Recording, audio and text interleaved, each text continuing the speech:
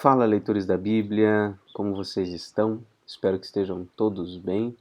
Vamos hoje para o segundo dia da nossa leitura, do nosso plano de leitura da Bíblia em 2023. Hoje nós temos que ler Gênesis capítulo 3 e 4, o Salmo 2 e o capítulo 2 de Mateus. E aí, como foi a leitura do primeiro dia? Você deixou lá o seu comentário? Espero que você tenha curtido, espero que tenha sido bem proveitoso. Hoje nós vamos dar sequência. Também já peço que você se inscreva, ative as notificações, que você deixe a sua curtida, deixe o seu comentário também e compartilhe com mais gente que tem interesse em ler a Bíblia inteira ao longo deste ano de 2023, tá bom? Antes de tudo, vamos orar, vamos pedir a bênção do Senhor. Senhor nosso Deus, nós te agradecemos por mais um dia. Obrigado porque o Senhor tem nos sustentado, nos guardado, nos abençoado. Pedimos que mais uma vez o Senhor nos instrua, fale ao nosso coração e que nós sejamos a cada dia transformados pela tua palavra. É o que pedimos em nome de Jesus. Amém. Muito bem, vamos começar hoje então com a leitura a partindo aqui de Gênesis capítulo 3, uma pequena pausa para tomar uma água. Então vamos lá. Gênesis capítulo 3. Mas a serpente, mais astuta que todos os animais selvagens que o Senhor Deus tinha feito, disse à mulher: É verdade que Deus disse: Não comam do fruto de nenhuma árvore do jardim?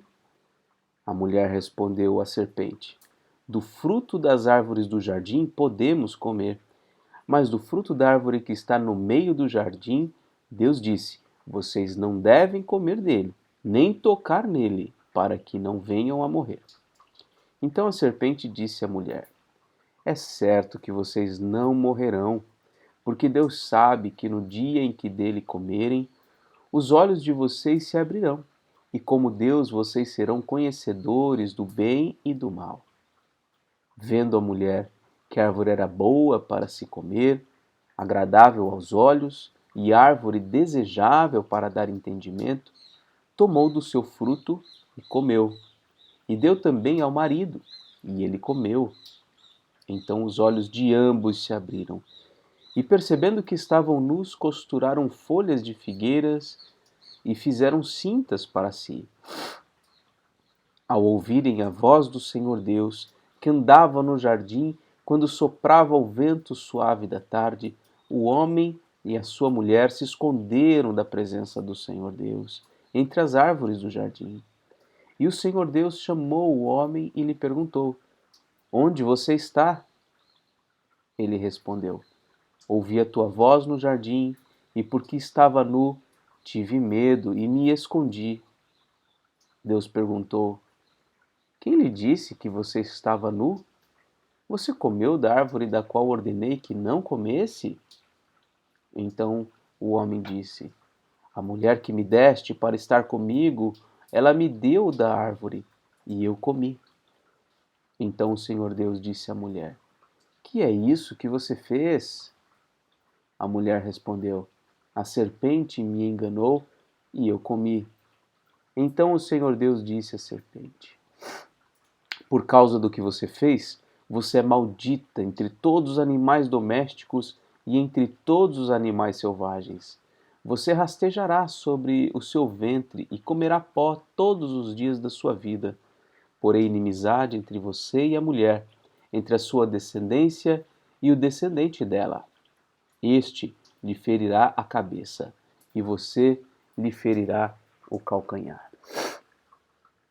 E à mulher, ele disse: Aumentaria em muito os seus sofrimentos na gravidez. Com dor você dará à luz filhos. O seu desejo será para o seu marido, e ele a governará. E a Adão disse: Por ter dado ouvidos à voz de sua mulher e comido da árvore que eu havia ordenado que não comesse, maldita é a terra por sua causa. Em fadigas você obterá dela o sustento durante os dias de sua vida. Ela produzirá também espinhos e ervas daninhas, e você comerá a erva do campo. No suor do seu rosto você comerá o seu pão, até que volte à terra, pois dela você foi formado, porque você é pó, e ao pó voltará. E o homem deu à sua mulher o nome de Eva, por ser a mãe de todos os seres humanos. O Senhor Deus fez roupas de peles, com as quais vestiu Adão e sua mulher. Então o Senhor Deus disse: Eis que o homem se tornou como um de nós, conhecedor do bem e do mal. É preciso impedir que estenda a mão, tome também da árvore da vida, coma e viva eternamente. Por isso o Senhor Deus o lançou fora do jardim do Éden, para cultivar a terra da qual havia sido tomado. E depois de lançar fora o homem, Deus colocou querubins a leste do jardim do Éden e uma espada flamejante que se movia em todas as direções, para guardar o caminho da árvore da vida. Essa então foi a leitura do capítulo de número 3. Nós vemos aqui a descrição do momento em que Eva tomou o fruto e comeu a partir ali de uma conversa com a serpente, um animal astuto, e nós sabemos pela revelação bíblica, inclusive que consta no livro de Apocalipse, que a serpente aqui é o próprio diabo. Ele, de alguma forma que nós não conseguimos compreender completamente, agiu sobre aquela serpente de modo que ela pudesse falar e, ao interagir então com a mulher, levou ela a duvidar da palavra de Deus. E de fato todo pecado tem origem exatamente nisso, nessa descredibilidade que o homem dá à palavra de Deus. Então, quando a palavra de Deus foi falseada no coração da Eva, ela olhou para o fruto proibido como algo que poderia lhe trazer alguma vantagem, lhe trazer algum benefício. Só que isso se mostrou o contrário, né? Trouxe grandes prejuízos. Agora, apesar da queda, apesar do sofrimento e enfim, da perda dessa comunhão com o Criador e tantos outros prejuízos, o Senhor Deus manifesta a sua graça. Mesmo ao descrever aqui uma série de maldições sobre a serpente, sobre a mulher e sobre o homem, nós vemos aqui a graça de Deus o tempo todo, né? Ele disse que no momento em que eles comessem o fruto proibido, eles iriam morrer. Só que eles não morrem, pelo menos não fisicamente. A perda da comunhão com Deus ou a afetação da comunhão com Deus traz prejuízos sérios, prejuízos que nós até podemos chamar de morte, porque morte em essência é separação. Então eles se separam de Deus, eles se separam um do outro, eles se separam da criação, da natureza a qual eles deveriam cuidar, cultivar, eles deveriam ter repelido aquela serpente astuta. Mas apesar de toda essa tragédia, Deus lhes garante a vida. Deus lhes garante bênçãos.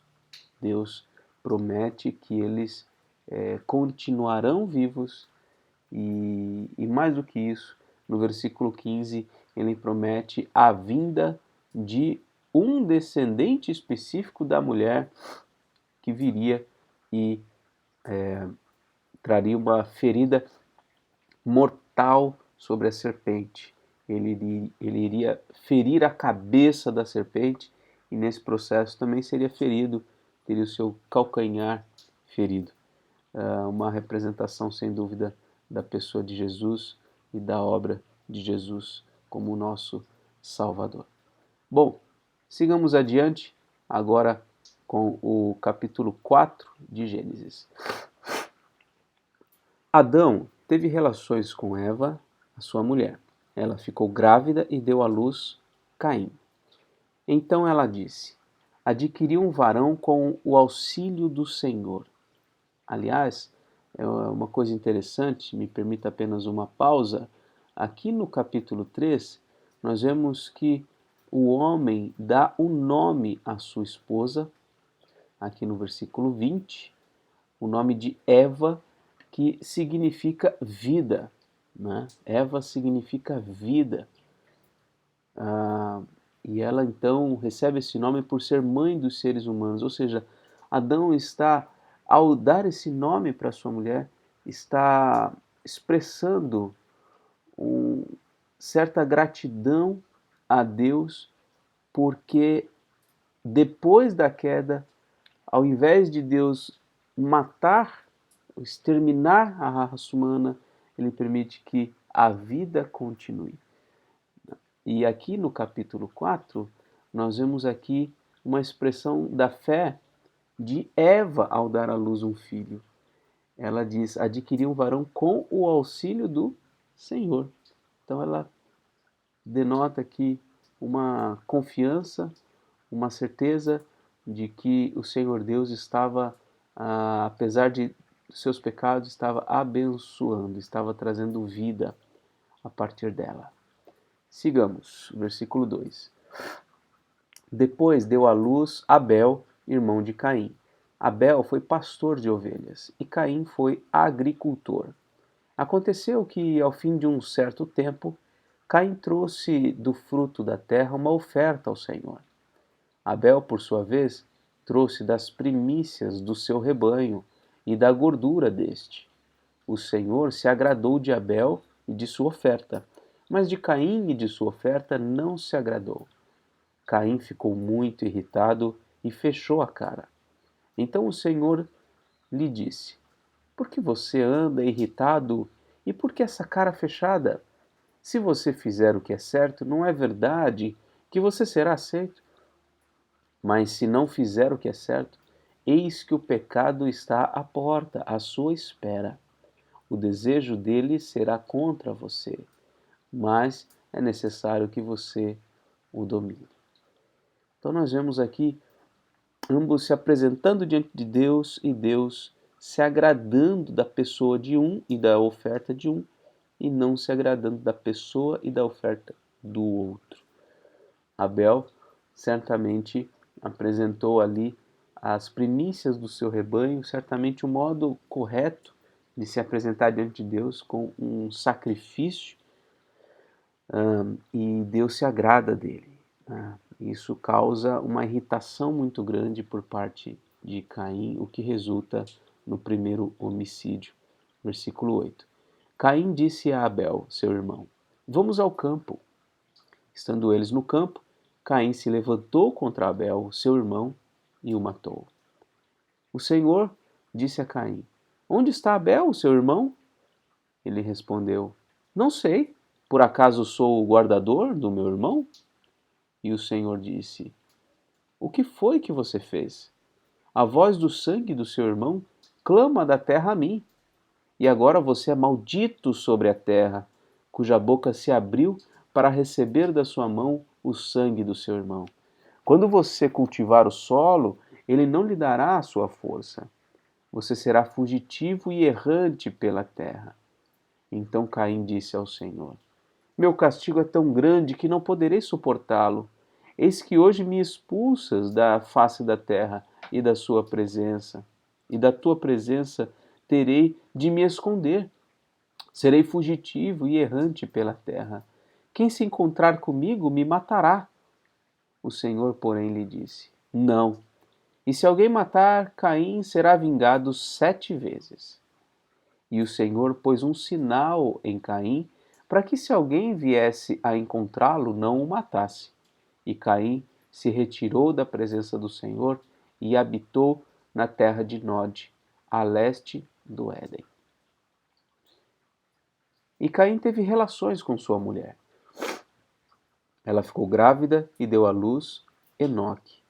Caim edificou uma cidade e a chamou de Enoque, o nome de seu filho. A Enoque nasceu Irade. Irade gerou Meujael. Meujael gerou Metusael. E Metusael gerou Lameque. Lameque tomou para si 2 esposas. O nome de uma era Ada, e o nome da outra era Zilá. Ada deu à luz Jabal, que foi o pai dos que habitam em tendas e possuem gado. O nome de seu irmão era Jubal, que foi o pai de todos os que tocam harpa e flauta. Zilá, por sua vez, deu à luz Tubal-Caim, artífice de todo instrumento cortante, de bronze e de ferro. A irmã de Tubal-Caim foi Naamá. E Lameque disse às suas esposas: Ada e Zilá, ouçam o que eu digo. Vocês, mulheres de Lameque, escutem o que passo a dizer. Matei um homem porque me feriu, e um jovem porque me machucou. Se Caim é vingado 7 vezes, Lameque será vingado 70 vezes 7. Então nós vemos aqui a descendência de Caim, nós vemos antes disso, né, o homicídio e como Deus amaldiçoou Caim, mesma coisa do capítulo 3, ao mesmo tempo que Deus amaldiçoa Caim, ele também abençoa Caim, preservando ele com vida. É algo surpreendente na Escritura Sagrada, exatamente essa questão de Deus manifestar a sua graça, né, o seu amor, se importar com a vida humana. E, ao contrário disso, os homens é que estão o tempo todo se envolvendo em cada vez maior pecado. No caso aqui da descendência de Caim, um homem extremamente mau recebe destaque, pessoa de Lameque, e ele era um homem vingativo, um homem que não admitia que ninguém pisasse no seu calo, né? Algo que, enfim, ainda se apresenta na vida e no coração de tanta gente, talvez até de nós mesmos, quando não admitimos que nada seja feito contra nós, criamos uma aversão a qualquer tipo de atitudes contrárias a nosso respeito, sejam até conselhos, recomendações, algumas críticas, e não admitimos prejuízo algum e por vezes nos vingamos disso, né? Então, uma atitude condenada aqui. Bom, seguindo, Gênesis capítulo 4, versículo 25, Adão tornou a ter relações com a sua mulher e ela deu à luz um filho, a quem pôs o nome de Sete, dizendo: Deus me concedeu outro descendente em lugar de Abel, que Caim matou. E a Sete nasceu-lhe também um filho, ao qual pôs o nome de Enos. Foi nesse tempo que se começou a invocar o nome do Senhor. Então nós vemos aqui que Caim, depois de ter matado Abel, não foi o único filho de Adão e Eva. Adão e Eva também tiveram Sete. Uma coisa que sempre causa dúvida e estranheza, né, nas pessoas ao lerem a Bíblia é como que Caim se casou se existia apenas Adão e Eva e ele na terra, né? Então essa é uma questão bastante delicada, mas não acho que seja insuperável, né? Basta que a gente estude um pouco, procure entender de forma equilibrada. Creio que não há nenhum absurdo, uma vez que eles viviam tanto, né?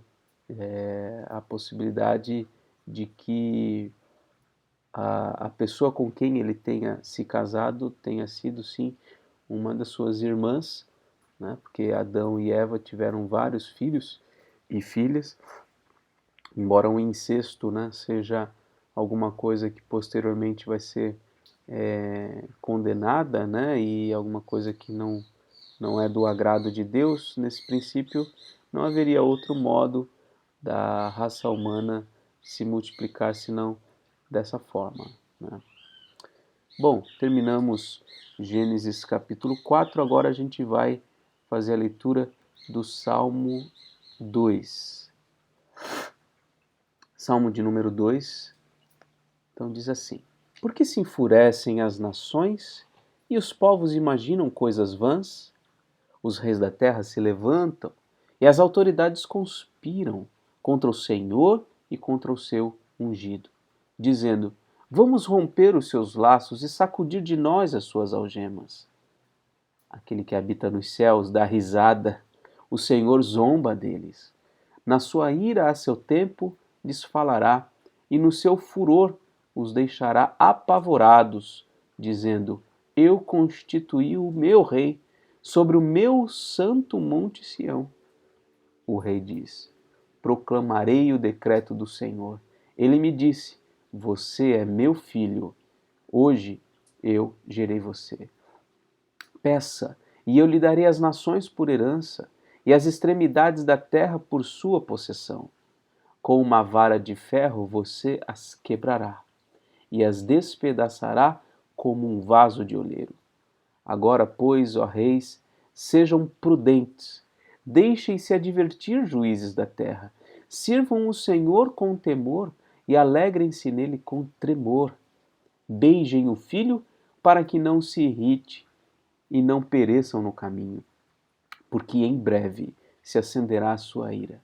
Bem-aventurados todos os que nele se refugiam. O Salmo 2 parece tão atual, não é mesmo? Quando nós vemos aqui que as nações, os reis, as autoridades estão contra o Senhor, estão contra o ungido do Senhor e querem se desvencilhar de Deus a todo custo. Mas e isso tem muito a ver com o nosso tempo, porque ainda parece que essas coisas são verdade, e são verdade desde sempre. Os reis da terra, as autoridades, estão o tempo todo querendo se desvencilhar de Deus. Mas a atitude de Deus em relação a tudo isso, ele dá risada, ele realmente não se incomoda, ou no sentido de que ele não é afetado, né, pela rebeldia humana. A rebeldia humana não muda nada em Deus, ele apenas, é, ele apenas se firma na posição de rei em todo o tempo, né, dizendo então que ele já constituiu o seu próprio rei, já estabeleceu quem é que vai governar sobre a terra, e este é o seu filho. Então nós temos já desde o Salmo aqui também um prenúncio a respeito de quem seria o nosso Salvador, e alguém que seria o próprio Filho de Deus. E o Novo Testamento nos apresenta Jesus como tendo então toda a autoridade nos céus e na terra. Então um salmo que eu gosto, particularmente gosto muito, Salmo de número 2. E agora, seguindo, vamos ler o capítulo 2 do livro de Mateus. Tendo Jesus nascido em Belém da Judéia, nos dias do rei Herodes, eis que vieram uns magos do Oriente a Jerusalém e perguntavam: Onde está o recém-nascido rei dos judeus? Porque vimos a sua estrela no Oriente e viemos adorá-lo. Ao ouvir isso, o rei Herodes ficou alarmado, e com ele toda Jerusalém. Então Herodes convocou todos os principais sacerdotes e escribas do povo e lhes perguntou onde o Cristo deveria nascer. E eles responderam: Em Belém da Judéia, porque assim está escrito por meio do profeta. E você, Belém, terra de Judá, de modo nenhum é a menor entre as principais de Judá, porque de você sairá o guia que apacentará o meu povo Israel. Com isto, Herodes, tendo chamado os magos para uma reunião secreta, perguntou-lhes sobre o tempo exato em que a estrela havia aparecido. E enviando-os a Belém, disse-lhes: Vão e busquem informações precisas a respeito do menino, e quando o tiverem encontrado, avisem-me para eu também ir adorá-lo. Depois de ouvirem o rei, os magos partiram E eis que a estrela que viram no oriente ia adiante deles, até que chegando parou sobre onde o menino estava. E vendo eles a estrela, alegraram-se com grande e intenso júbilo. Entrando na casa, viram o menino com Maria, sua mãe. Prostrando-se, o adoraram. E abrindo seus tesouros, entregaram-lhe suas ofertas: ouro, incenso e mirra. E tendo sido avisados por Deus em sonho para não voltarem à presença de Herodes, os magos seguiram por outro caminho para a sua terra. Depois que os magos foram embora, um anjo do Senhor apareceu em sonho a José e disse: Levanta-te, toma o menino e a sua mãe e fuja para o Egito. Fique por lá até que eu avise você, porque Herodes há de procurar o menino para matá-lo. Levantando-se José, tomou de noite o menino e a sua mãe e partiu para o Egito, onde ficou até a morte de Herodes. Isso aconteceu para se cumprir o que tinha sido dito pelo Senhor por meio do profeta: Do Egito chamei o meu filho. Apenas uma pausa aqui. Veja como interessante, né? A Bíblia, ela se explica, ela se comprova a si mesma. Nós acabamos de ler no Salmo 2 a respeito das autoridades da terra que se levantam contra o Senhor e o seu ungido. E aqui, no capítulo 2 de Mateus, nós estamos vendo exatamente isso acontecer quando Herodes toma conhecimento a respeito do nascimento do Messias, do Cristo. Ele providencia um modo de que aquele menino pudesse ser identificado, ele pudesse acabar com ele. E quando se vê enganado pelos magos, né, ele vai promover uma matança generalizada, que é o que acontece aqui a partir do versículo 16. Vendo-se iludido pelos magos, Herodes ficou muito furioso e mandou matar todos os meninos de Belém e de todos os seus arredores, de 2 anos para baixo, conforme as informações que havia recebido dos magos a respeito do tempo em que a estrela havia aparecido. Então se cumpriu o que tinha sido dito por meio do profeta Jeremias. Ouviu-se um clamor em Ramá, pranto e grande lamento.